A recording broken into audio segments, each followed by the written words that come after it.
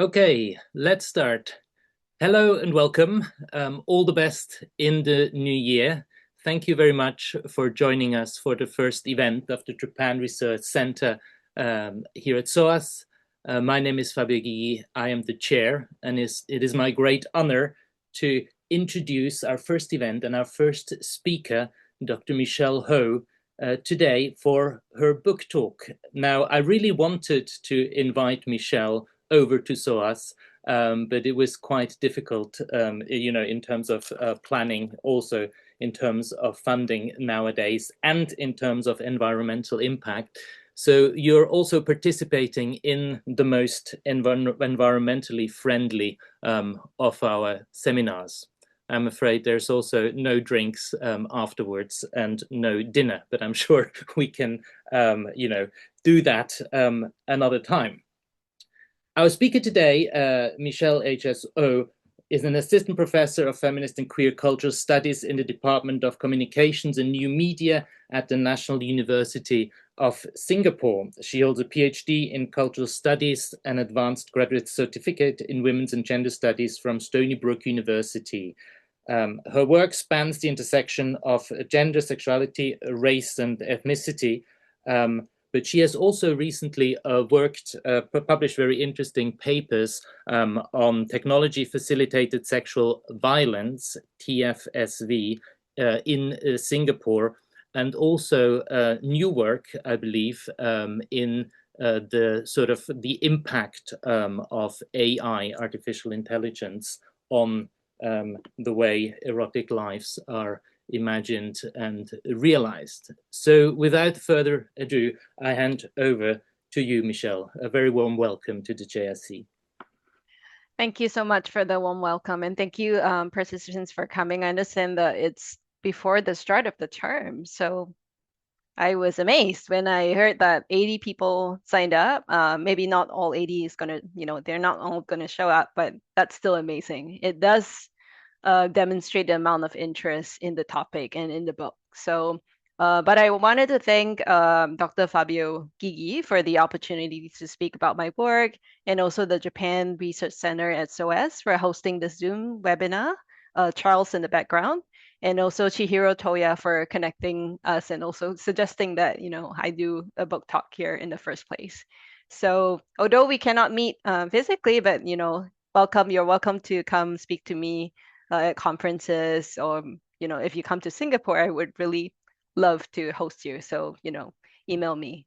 So my book is titled Emergent Genders: Living Otherwise in Tokyo's Pink Economies, and it came out in January last year. So it's a 1 year 1 year book birthday for the book, and it's come out from Duke University Press. So in the talk, I will draw mostly from the introduction, which is free to download on the Duke UPress website. So you can follow along if you like. I think the QR code goes to that. So if you can figure that out, or you can go to the press website. So before I start, I wanted to also say that Emergent Genders could not have come into being without a huge amount of support, both financial or otherwise. And there's a long, long list of names that is in my introduction, not introduction, but my acknowledgements. But just to mention a few people quickly, I'm grateful, of course, to my committee, my advisor at Stony Brook, Vicky Hasford, my committee, Karji Amin at Emory, and Anne Ellison at Duke University for guiding this whole ideation process and reading the dissertation long before it turned into a book. I was fortunate to be awarded a fellowship from the Japan Foundation that enabled me to do field work in Tokyo for a year. And then after that, there was a fellowship from MIT that allowed me to write up and resources as well. At my home institution, where I'm now based, there were a couple of funds. There is a startup fund and book manuscript workshop, as well as supporting book production and publicity. So all these supported the cost of, I guess, producing and also promoting the manuscript, which is very helpful. So with that, I wanted to go into a note on naming and translation. So it should be noted that while I employ certain categories to discuss gender and sexually variant individuals. What they mean, who gets to use them are highly contested, even among those who adopt these terms to describe themselves. And this is an issue, of course, that is compounded by translation, as most of us here know. And all this is to say that I'm really mindful of the terms used, as well as the inability sometimes to translate these terms. So with that, I'm going to start with a story. And this is a story from chapter 3. I'm just going to read a little bit. I have my physical book here, if you can see. And I believe that's in the next slide, or not. Yeah. Okay. I'm going to start. Mako, a cisgender woman in her 30s, cheerfully recounted to me her first visit to Paradise in 2011. She was supposed to visit a maid cafe but had gotten off on the wrong floor. She laughed, her big eyes sparkling, as if this was a funny old story she had told many times. Maid cafes are establishments where costumed cis women attend to predominantly male customers, though Mako also frequently frequented them. With her bubbly personality, I could picture her chattering happily with mates. Once inside Paradise, she immediately knew that something was different because although the employees looked like women, many had deep voices. And since she was already there, however, she thought that she might sit inside for an hour before venturing upstairs. That evening, Mako chatted with Miho, um, the charming co-owner of Paradise, and a josō. Oh, sorry, I believe that was the previous one. Okay, not yet. Josō, and I translated in the book to male to female cross-dressing individual.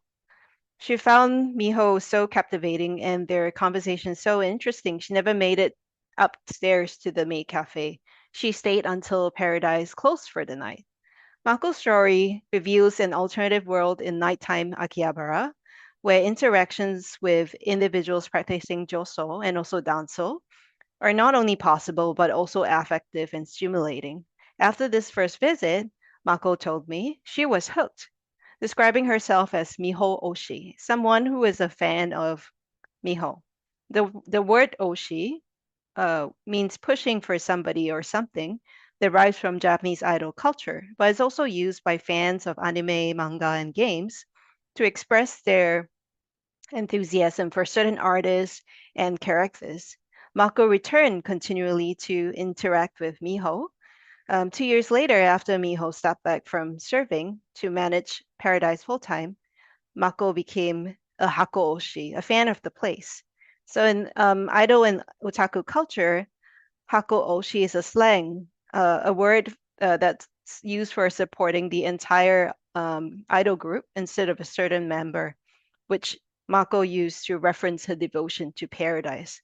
Over the course of my research, she continued to frequent the establishment as a regular customer, not so much to see any specific employee, but to chat with other regular customer. So if somebody was a regular, chances were that she would know the name they went by. She was well connected, and her outgoing personality meant she was well liked by employees and other customers, and was able to embed herself in any conversation. Mako was the epitome of a Hako Oshi, which encourages different forms of sociality among customers. Alternative worlds at alternative worlds at Akihabara are often created by team establishments like Paradise and Garçon, which are also known as concept cafes or eating and drinking places driven by a particular concept. Frequently, they are embedded in anime, manga, and game culture by having employees wear costumes while they serve customers. Arguably, the first concept cafes were maid cafes, and between 2005 and 2007, numerous maid cafes began sprouting up all over Akihabara. They became so popular that customers had to wait to get inside, creating a maid boom. Some maid cafes branched out to become a chain store or diversified thematically. Concept cafes are not only staffed by women or even humans, although women do perform most of the labor. Butler cafes, for instance, which opened in Tokyo in 2006, are staffed by cis men who take on the roles of butlers. At butler cafes, employees attend to the needs of primarily young cis women, some of whom are fujoshi, or women fans of boys love media, a narrative genre featuring male homoerotic relations. There are also cat cafes, which open around the same time in Tokyo, where cats perform healing, iyashi, labor for their human customers. In essence, the services such establishments offer aren't too different from one another, but they differ in terms of the teams, the clientele, and the ways that customers respond to them. Okay. And just as these customers at concept cafes find the employees appealing, Mako found herself attracted to josō employees like Miho. Akihabara is an important site for alternative worlds where individuals like Miho can move beyond the boundaries of how we currently define and understand genders and sexualities. The development of emergent genders in Akihabara should perhaps not come as a surprise. Beginning in the mid 2000s, josō and dansō have become increasingly commercialized, consumed, and taken up by young amateurs. And this is what I call contemporary josō and dansō cultures to demarcate the fracturing of early capitalist forms of josō and dansō. And josō and dansō cafe and bars also distinguish themselves from other establishments by location. So, for instance, I talk about how Paradise and Garçon are in Akihabara. They're located there instead of in Shinjuku Ni-chōme, which is the gay and lesbian neighborhood, as well as the other one, Kabukicho, which is the sex and night entertainment district. Okay, so with that, I'm going to talk about, I'm going to move to the opening stories in the introduction, and then I'll talk about what it is that I'm trying to do in the book. Okay, so that, and this is page 1, if you have the introduction. Okay, and it starts with a story of Hayashi. I wanted to promote josō otokonoko, Hayashi said simply, referring to the phenomenon of male to female cross-dressing. I had asked how they had founded Paradise, one of the first josō otokonoko cafe and bars, established in the 2000s in Akihabara, an area in Tokyo renowned among Japanese and non-Japanese people alike for the fandom and consumption of anime, manga, and video games. Hayashi, who was in their late 20s and was tall and little with alabaster skin, delicate features, and long straight hair. These are traits that are often considered the ideal of feminine beauty in Japan. They were asexual and practiced josō.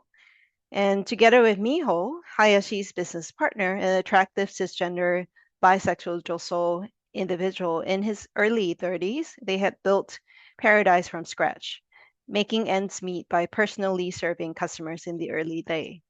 They were ahead of their type as entrepreneurs who practiced josō in their everyday lives, and in this sense had a personal stake in the business.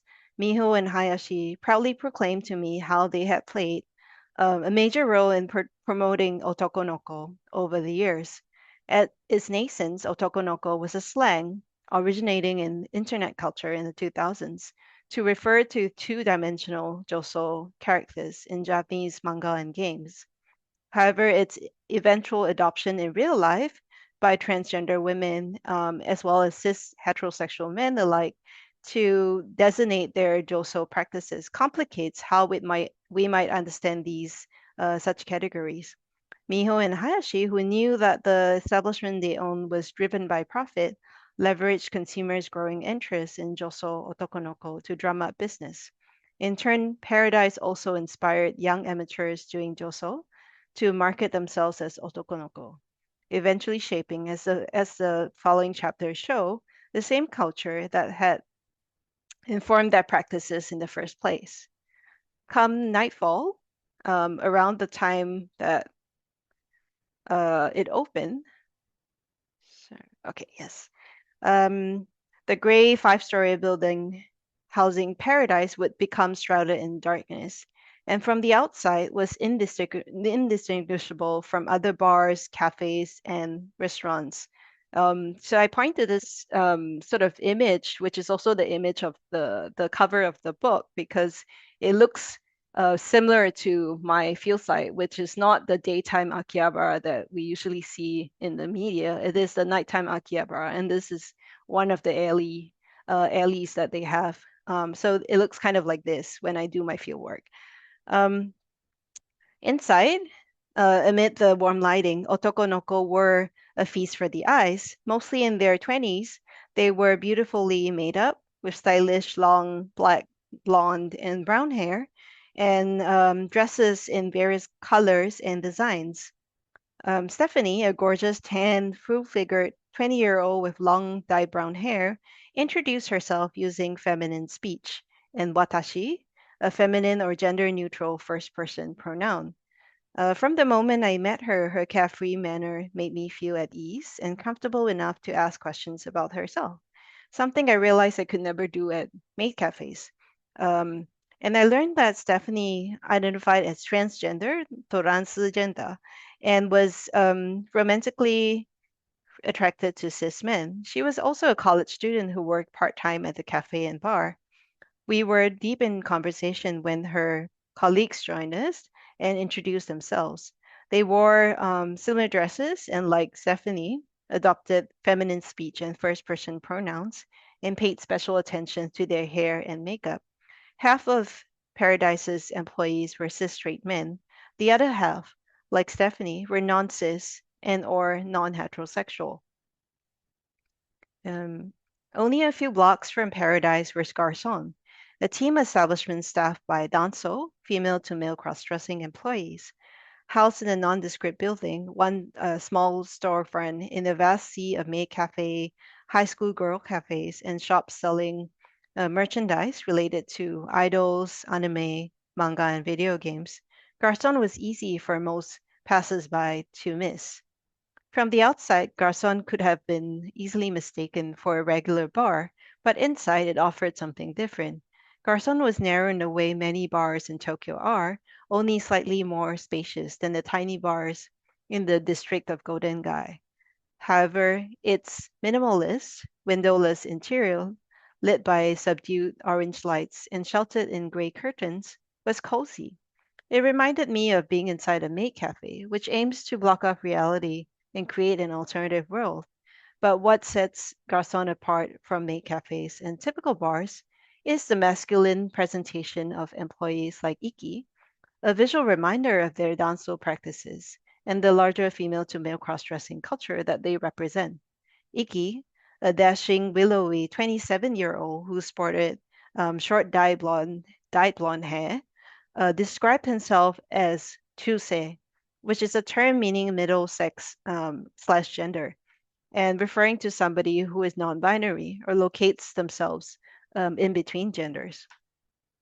Garçon's main attraction, Iki told me, was the kakoi dansō staff, and glancing at him and his colleagues who are similarly attired in white dress shirts, black vests, and black pants, I could see what he meant.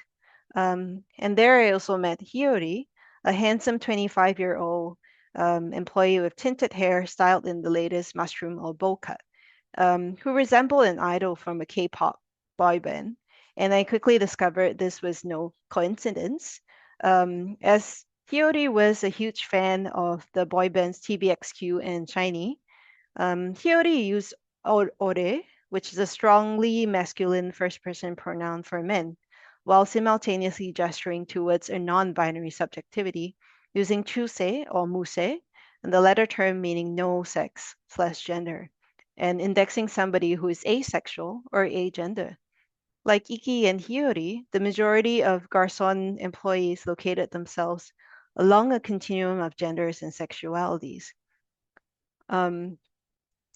Doubling as Garçon's manager, Iki was instrumental to the establishment's day-to-day operations, including training new employees and communicating with the owner, Yuka, a cis woman in her early 40s.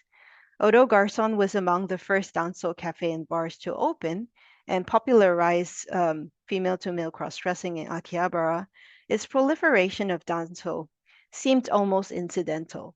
Unlike Miho and Hayashi, who claimed to promote josō otokonoko out of personal interest, Yuka neither practiced dansō nor attended to customers as a service staff.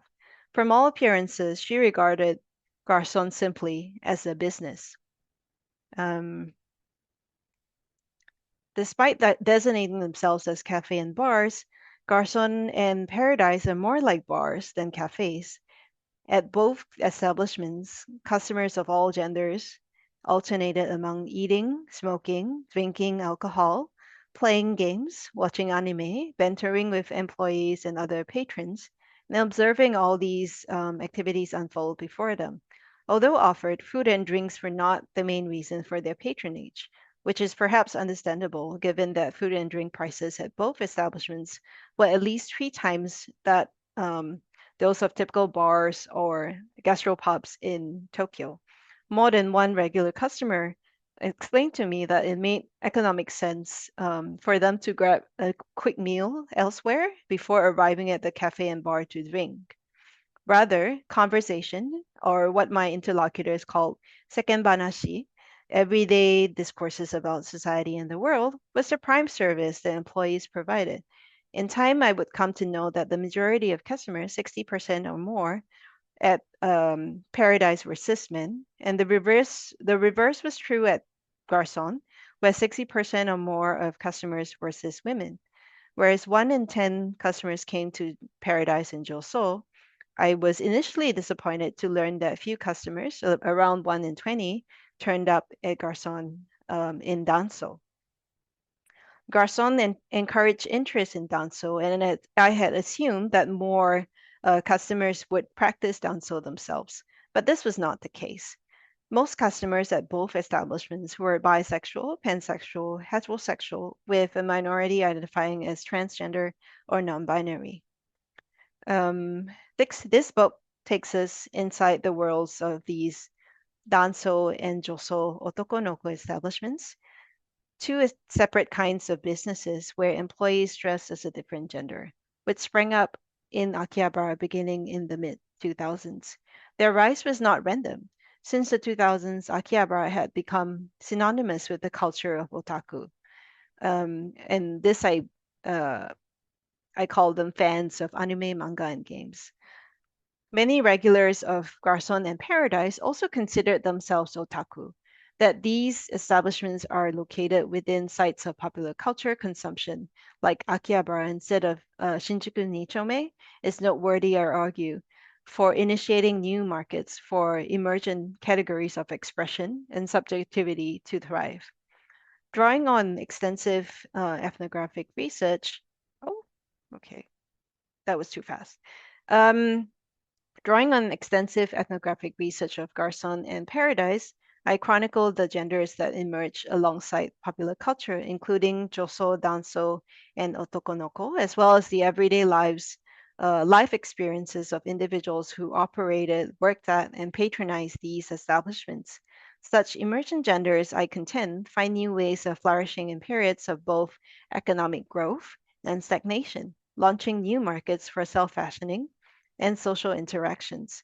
This has implications for both queer theory and transgender studies, especially in assumed white Northern Anglophone trans studies that has overlooked or barely begun to engage non-Western forms of gendering. My focus on Tokyo decenters the works of scholars who have emphasized the significance of capitalism for trans studies and queer theory and vice versa, complicating current understandings of these trans-capitalist and queer capitalist relationships. I posit that looking at gender innovations transnationally offers different answers to the question of how trans and gender non-conforming individuals survive and flourish in the capitalist context. Emergent genders shows how my interlocutors at Garçon and Paradise contradictorily threaten the hegemonic and all-encompassing discourses of capitalism and embrace the normalizing influence of work, self-commodification, and consumer pleasures that risk them being folded into neoliberal regimes. Discourses of capitalist hegemony represent the virtually unquestioned dominance of capitalism, which J.K. Gibson Graham criticizes in favor of anti-capitalist or non-capitalist politics. However, my interlocutors, many of whom locate themselves as trans, non-binary, or otherwise, resist such representations of capitalism through defying existing categories and innovating diverse genders, while simultaneously contingent on these representations for their vernacular innovations. For the editors of transgender Marxism, the relationship between gender and capitalism is one of mutual dependence. As they put it, rather than merely destructive, capitalism is simultaneously productive of affects, attachments, fierce passions, commitments, and hatred. This gives us hope that in precarious Japan, the flourishing of emergent genders in commercial settings may lead to capitalist renewal, giving birth to new forms of capitalism within a perpetual state of crisis. So I think that is.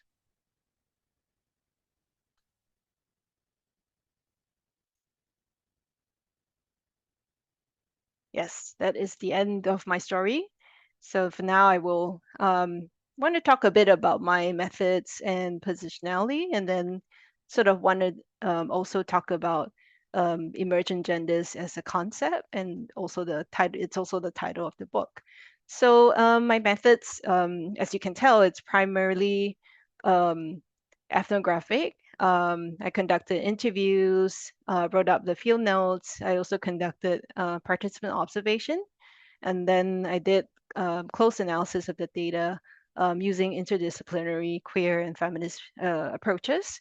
And the field research was carried out over 14 months. Most of it was consecutively done 2016 to 2017 in Tokyo.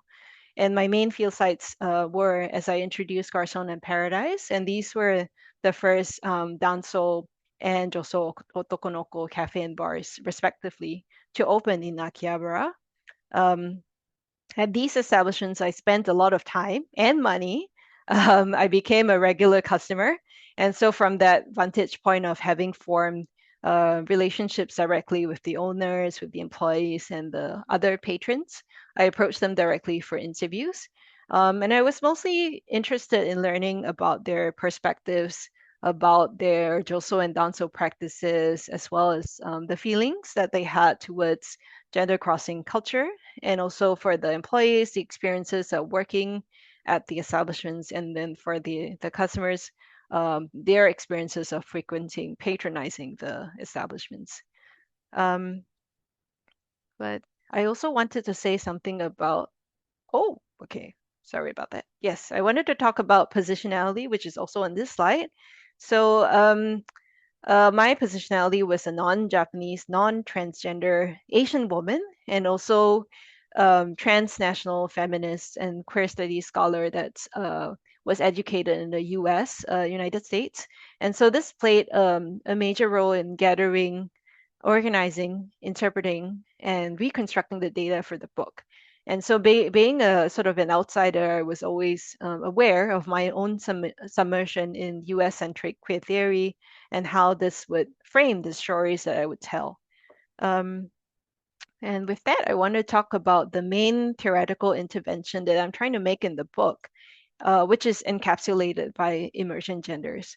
So why emergent genders? So the emergent comes from Raymond Williams, which he says is not merely novel, but refers to how the new, so the new meaning new practices, new relationships, and new meanings, they're always being produced. And genders in the plural comes from Teresa de Lauretis, as well as Michael Paulet's, to signal to gender as a social construction, but also its pluralism, especially in the Asian context. So Paulet's, I believe, writes mostly about modern Southeast Asian genders, and he uses the term genders, which I find quite inspiring, also to point towards the Asian context here.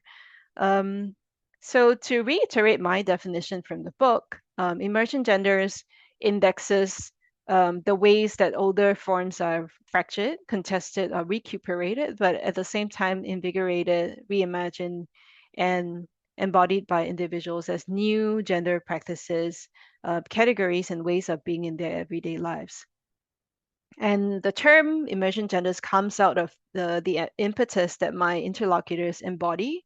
So whenever I ask them about their practices of josō and dansō, they insist that these are new practices, these are their practices, and these are the categories that they have innovated. But at the same time, they also make reference to the past, right, and also popular culture. So they talk about past practices of josō and dansō in Japanese history, including the onagata and kabuki, otokoyaku, and the Takarazuka review, which I guess this crowd already knows. But I do discuss this history and the ties to the history in chapter 1. And so their responses, the responses my interlocutors made me ask the question that I also asked in the book: how might we begin the work of tracing and re-theorizing ways of being and becoming that do not fit neatly into existing categories?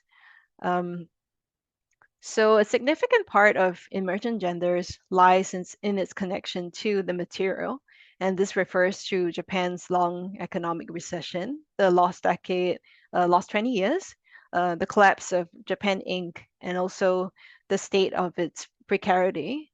Um, that sounds, I guess, uh, pretty depressing, but it's not all doom and gloom. What I'm also arguing here is that this breakdown of the productivity model that's based on the heteronormative family unit enabled emergent genders to flourish. It is precisely, to quote another gem from the book, that when normative ways of being have become impossible, other non-normative ways, ways of being, such as diverse gender expressions, can emerge as new possibilities. So in precarious Japan, it is possible to live otherwise, and that's why living otherwise is in the title. But another theoretical intervention of emergent genders comes from challenging identitarian models of gender and sexuality, um, and theoretical frameworks that's mostly coming from a wide Anglophone US academic context. And I do this by engaging with queer materialist and transmaterialist critiques. And I argued that the material is not incompatible with queer theory or trans studies. In fact, I contend that we need to consider markets. Markets are an important force when we think about the emergence of gender categories in Japan. So for instance, if we consider popular culture, which is the site of my research, there are material costs involved in dressing the body, makeup, fashion, other objects that fans use in consumption. And I discuss this more in chapter 5, but there I argue that for these josō and dansō individuals, beauty and fashion become tools of survival to lean on medicine more. But the other contribution of the book that I wanted to highlight is the discussion on booms in Japan. So when I first started to do the field work for the book, and I started to present on it at conferences and stuff like that, many academics asked me, well, josō and dansō just booms. And those times I really struggled to answer the question, and I decided, okay, maybe I need to think more seriously about booms in Japan.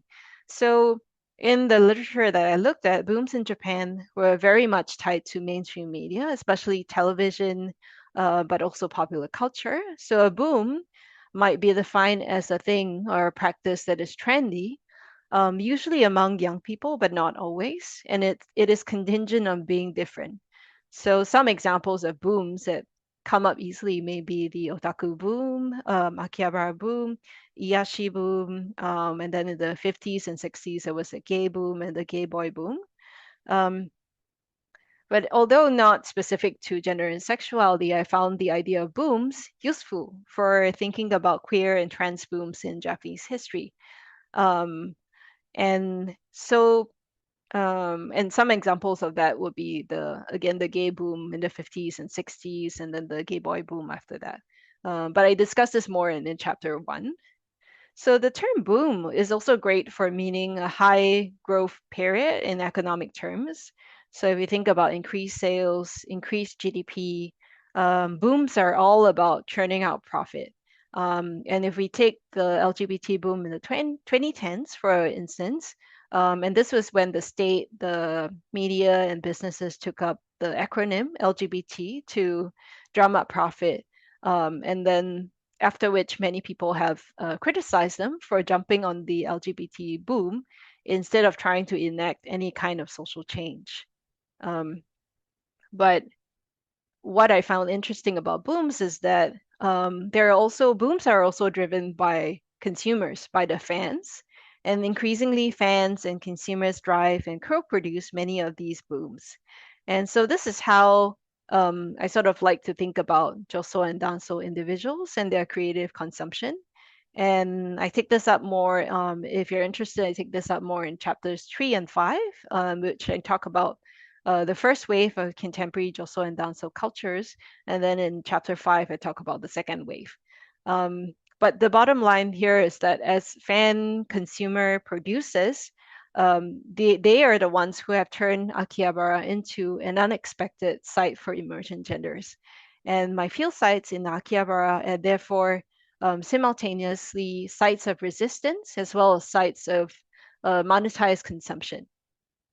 So to give you a sense of what else is in the book, here is a sort of chapter overview.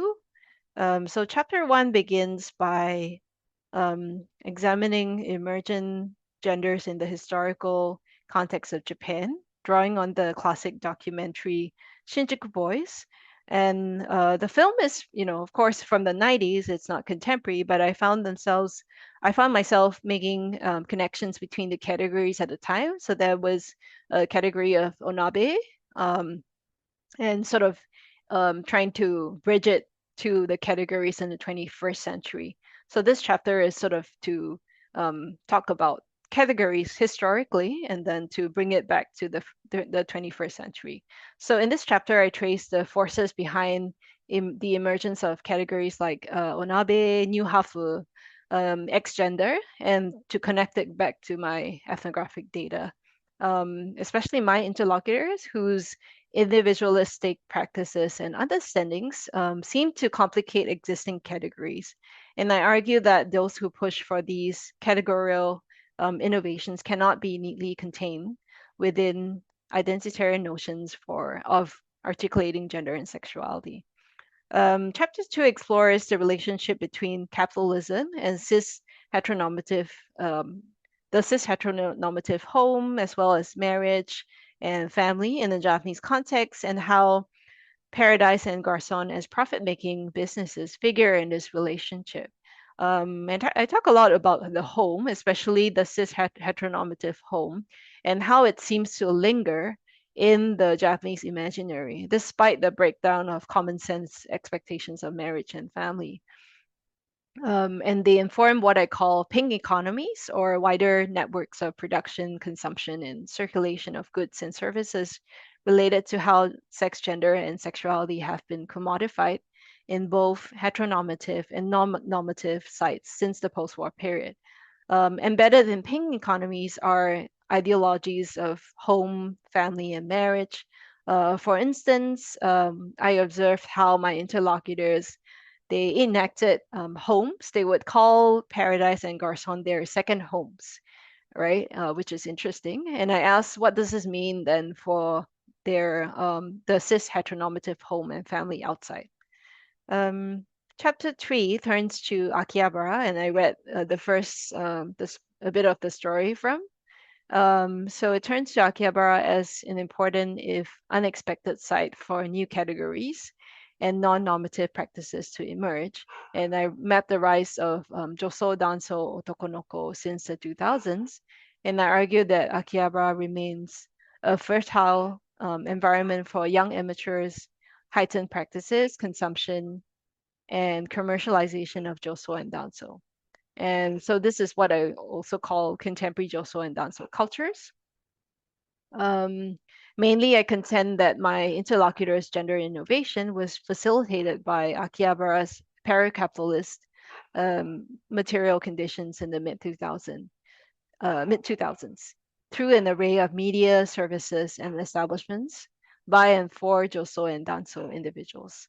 And then in chapter 4, it turns to the labor, but also the stories of some of the employees of Paradise and Garçon, and how their material slash immaterial labor produces and sustains emergent categories of dansō, josō, and otokonoko. So for them, I argue it's not a simple case of labor exploitation, although it is potentially exploitative because most of the employees work on a part-time basis. Um, so focusing on the experiences of employees who locate themselves variously as trans and non-binary, I show how for them work is more than just work. So on the one hand, Garçon and Paradise's employees are hired precisely for their ability to actively promote dansō, josō, and otokonoko. But on the other hand, they also capitalize on these very categories to position themselves. And then chapter five, chapter 5 turns to the second wave of contemporary josō and dansō cultures, in which I noticed that in the 2010s, josō and dansō practices became more mainstream, and they also became more embedded in beauty and fashion. So at Garçon and Paradise, we know that people consume, but here I focus on their style, their beauty, as well as the body work, which is the work that they do on their own bodies as well as other people's bodies. And I ask how these embodied modes of consumption offer us new ways to think about gender innovation. So for those who locate themselves as trans and gender nonconforming, beauty and fashion are important tools of survival. It helps them to thrive. And I contend that their cold consumption of fashion, beauty, and popular cultures motivates and sustains the production and circulation of emergent genders, and also enables the generation of diverse class, sexual, and gender subjectivities under non hegemonic formations of societies and economies. And then lastly, in the coda, which is not really a conclusion, but more of a reflection. I was writing this during the pandemic. So I reflect on how or why emergent genders and ways of living remain important to think about amidst multiple crises around the world. Um, so we survived one pandemic, but what happens, when we encounter the next one? Are we going to limit our movements again and interactions with other people? And what does this mean for the future of my interlocutors and their gender innovation and the survival of these establishments? So thinking through these questions from the perspectives of gender and sexually variant individuals, I gesture towards new ways of engaging with the material. And with that, I believe that is the. Oh, okay. Sorry, that's the poster for Shinjuku Boys, in case you don't know, but I'm sure this crowd knows, so that's not needed. Yeah, so I think that's the plug for the book. I encourage you to use the code to get a 30% discount, or you can wait for the sale, which is usually half off. Very good. And thank you for listening. I'm happy to take questions. I believe we have half an hour or so for questions. Plenty of time. Okay, good. Thank you very much, Michelle, for a great talk.